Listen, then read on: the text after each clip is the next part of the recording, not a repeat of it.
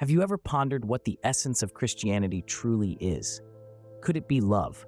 In our journey today, we venture into the heart of Christianity, where we find a concept so profound, so central to the faith, that it has the power to reshape our understanding of it.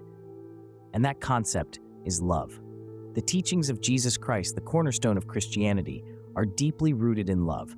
It's an all-encompassing, selfless, and unconditional love that transcends the boundaries of human comprehension. It's a love that seeks not its own, but the well-being and prosperity of others. A love that is patient, kind, and devoid of envy. A love that does not boast and is not proud. A love that always protects, always trusts, always hopes, and always perseveres. The Bible, in Matthew 22:37-40, recalls Jesus' response when asked about the greatest commandment. He replied, "Love the Lord your God with all your heart, and with all your soul, and with all your mind." This, he said, is the first and greatest commandment. And the second is similar. Love your neighbor as yourself. On these two commandments, he declared, hang all the law and the prophets. If you look closely, you'll notice that love is a recurring theme in Jesus' teachings. It is the golden thread that weaves together his parables and sermons, his interactions with the multitudes, and his private discourses with his disciples. He went as far as to say in John 13:34-35, "A new command I give you, love one another. As I have loved you, so you must love one another. By this, everyone will know that you are my disciples, if you love one another." This invites us to reflect on our understanding of love, not just as an emotion, but as a commitment, a promise, a decision to care, to respect, to forgive, and to be patient. As we delve into this topic, let's keep our minds open to the transformative power of love in the Christian faith. Jesus once said, "Love the Lord your God with all your heart, and with all your soul, and with all your mind." This is the first and greatest commandment, and the second is like it. Love your neighbor as yourself. Let's take a moment to delve into the depth of these two commandments, the pillars of the Christian faith. When Jesus speaks of loving the Lord with all our heart, soul, and mind, he invites us into a complete, all-encompassing love. A love that isn't just about warm feelings or momentary affection, but inhabits every corner of our being, our emotions, our spiritual essence, and our intellect. It's a love that consumes us, that shapes our thoughts, our actions, our very existence. It's a love that recognizes the divine's infinite love for us and responds in kind with everything we are. But the commandment doesn't stop there. It extends this love to our neighbor. And who, you might ask, is our neighbor? Well, Jesus makes it clear that our neighbor isn't just the person who lives next door to us. Our neighbor is every person we encounter, every individual who shares this world with us. It's a call to extend our love beyond the boundaries of our own lives and to recognize the divine spark in each person we meet. To love our neighbor as ourselves requires us to acknowledge our shared humanity, our shared journey. We're called to empathize with their joys and sorrows, their hopes and fears, just as we do with our own. It's a love that isn't confined by differences in race, culture, or religion. It's a love that transcends all barriers, reaching out in compassion and understanding. These two commandments, to love God and our neighbor, are the foundation of the Christian faith. Jesus made it clear that all other laws and commandments hang on these two. They aren't just a part of the faith, but the heart of it. They're the lens through which we should view every other aspect of our religion. But why are these commandments so crucial? Because they embody the very essence of Christianity, love. Christianity isn't just about following rules or performing rituals. It's about cultivating an all-encompassing love that permeates every aspect of our lives. It's about recognizing the divine's love for us and responding with a love that reflects that divine love back to God and extends it to our fellow human beings. In essence, these commandments tell us that to love is to be a Christian. They remind us that Christianity isn't just a set of beliefs or practices, but a way of life rooted in love. A love that encompasses God, our neighbors, and ourselves.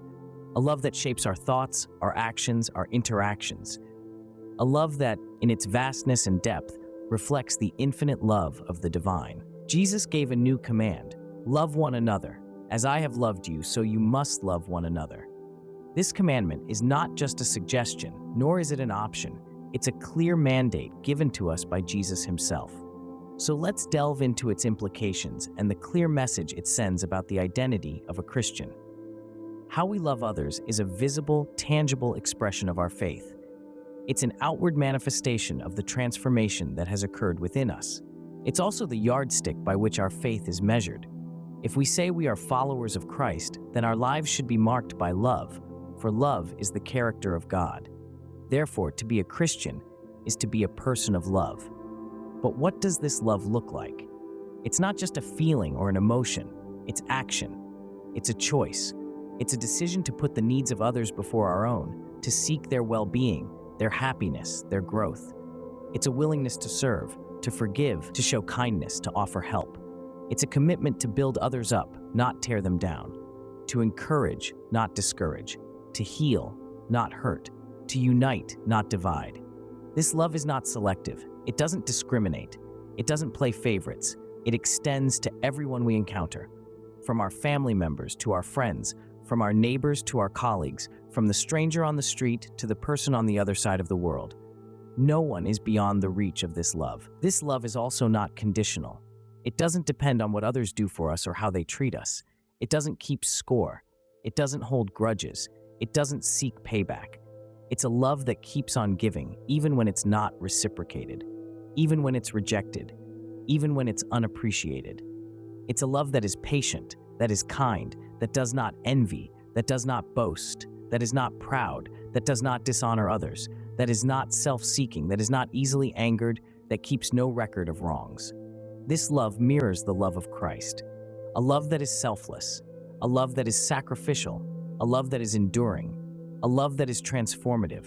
Just as Christ loved us, so we must love others, not with a love that is human, but with a love that is divine, a love that is powerful, a love that is life-changing, a love that is world-changing. So let us strive to live out this commandment. Let us strive to love one another. Let us strive to be the hands and feet of Jesus in this world. Let us strive to be a reflection of his love. For this is the mark of a true Christian. This is the evidence of our faith. This is the testament of our discipleship. This is the fulfillment of our calling. By this, everyone will know that you are my disciples if you love one another. Let us make this our mission. Let us make this our purpose. Let us make this our life. Greater love has no one than this, to lay down one's life for one's friends. These words spoken by Jesus in John chapter 15, verse 13, encapsulate the profound depth of love that transcends mere feelings and speaks volumes through actions. Let's take a closer look at this concept of love. It's not about a fleeting emotion or a transient feeling. It's about making sacrifices, sometimes the ultimate sacrifice, for the well-being and happiness of others. This is the love that Jesus demonstrated, the love that he embodied, and the love that he taught his followers to cultivate. We find a striking example in the life of Jesus. His entire earthly journey was a testament to this sacrificial love. From the moment he left the comforts of heaven to be born in a stable, to his selfless acts of healing the sick, feeding the hungry, and teaching the lost, he showed us what it means to love. But the ultimate demonstration came when he chose to lay down his life for us all on a wooden cross. This was not a mere act of heroism, but a deliberate choice, a conscious decision to put others before himself, even when it cost him everything. This kind of love goes beyond the realm of feelings. It's about actions, about making decisions that may not be easy or comfortable, but are right and good. It's about seeing the needs of others and choosing to meet those needs, even if it means sacrificing our own wants and desires. It's about loving not because it's easy or convenient, but because it's the right thing to do. And let's remember, this sacrifice is not always about life and death situations. It could be as simple as giving up your time to help someone in need, letting go of your preferences for the sake of others, or standing up for someone even when it's not popular. This, then, is the ultimate demonstration of love. It's not about what we say, but about what we do. It's not about how we feel, but about how we act. It's about making a decision to love others as Jesus loved us, with a love that is willing to make the ultimate sacrifice. Perhaps the hardest of all these commandments is this: love your enemies, do good to those who hate you, bless those who curse you, pray for those who mistreat you. Now, this commandment is a real game changer, isn't it? It challenges us, pushes us to the limit. It's easy to love those who love us back, those who treat us kindly. But enemies, those who hurt us, who've done us wrong, that's a whole different ballgame. Yet this is exactly what we're asked to do. This commandment is not a suggestion or an optional extra. It's a core part of what it means to be a Christian. But why? Why must we love our enemies? Let's dive in. Firstly, loving our enemies requires a radical shift in perspective. It's about seeing beyond the surface, beyond the hurt and the pain, and recognizing the humanity in everyone. It's about understanding that just like us, our enemies too are products of their circumstances, their experiences, their fears and insecurities. It's not about excusing their actions or forgetting the harm they've caused. Rather, it's about acknowledging that they too are children of God and worthy of love. It's about replacing hate with understanding and anger with compassion. This is no easy task. It requires strength, patience, and a whole lot of grace. But remember, the journey of 1,000 miles begins with a single step.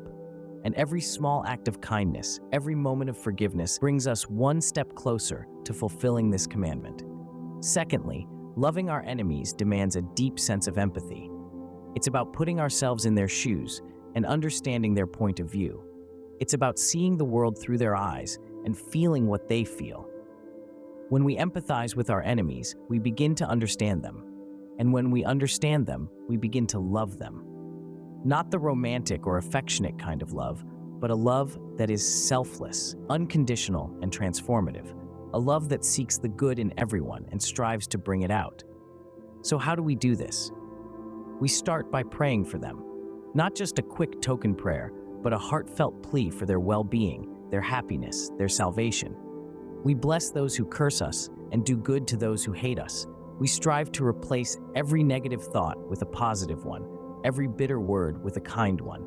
In doing so, we not only transform our enemies, but ourselves as well. We become vessels of love, instruments of peace.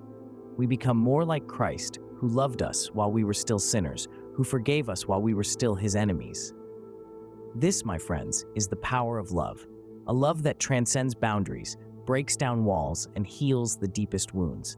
A love that sees the good in everyone and strives to bring it out. To love your enemies is the mark of true Christian love. In summary, Jesus' command is simple and clear: love each other. This statement, so brief yet so profound, encapsulates the essence of Jesus' teachings and indeed the very heart of Christianity. It's a command that is both beautiful in its simplicity and challenging in its depth. It's a call to action that transcends cultural boundaries, societal norms, and personal biases. It's a command that demands a radical shift in the way we perceive and interact with the world around us. When you consider the depth of this command, it becomes clear that love, in the context of Jesus' teachings, is not merely a fleeting emotion or a passive sentiment. It's an active, deliberate choice. It's a way of life that requires us to step outside of our comfort zones, to extend grace and mercy even when it's undeserved, and to strive for unity and peace even in the midst of conflict and strife. And it's a command that applies to all relationships, from our closest friends and family to our distant neighbors and even our enemies. We're called to love each other, irrespective of race, religion, or social status. We're called to love each other, not because of who we are, but because of who he is, love incarnate. Love, as Jesus taught and demonstrated, is sacrificial. It's selfless. It's patient and kind. It does not envy or boast. It is not arrogant or rude. It does not insist on its own way. It is not irritable or resentful. It does not rejoice at wrongdoing, but rejoices with the truth. Love bears all things, believes all things, hopes all things, endures all things. Love never ends. This is the love that Jesus embodied and the love that he commands us to emulate. It's a love that transforms hearts, mends relationships, and changes the world. It's a love that reflects the very nature of God and exemplifies the true essence of Christianity. As we wrap up, remember this: to love is to be a Christian. So, we return to our initial question: what is the essence of Christianity? The answer, as we've journeyed through the teachings of Jesus, is simple yet profound: love. Love is not just a component, but the heartbeat of Christianity. From the great commandments, we glean that loving God with all our heart, soul, and mind, and loving our neighbor as ourselves are the cornerstone principles. We saw that Jesus emphasized the need to love one another, a mark that distinguishes us as his disciples. We dove into the depth of love's sacrifice, where laying down one's life for friends is deemed the highest expression of love. Even in the face of adversity, love persists, calling us to love our enemies and pray for those who persecute us. Indeed, Christianity is a call to a life of love. As we depart, let us strive to live out this truth in our everyday lives. To love is to be a Christian.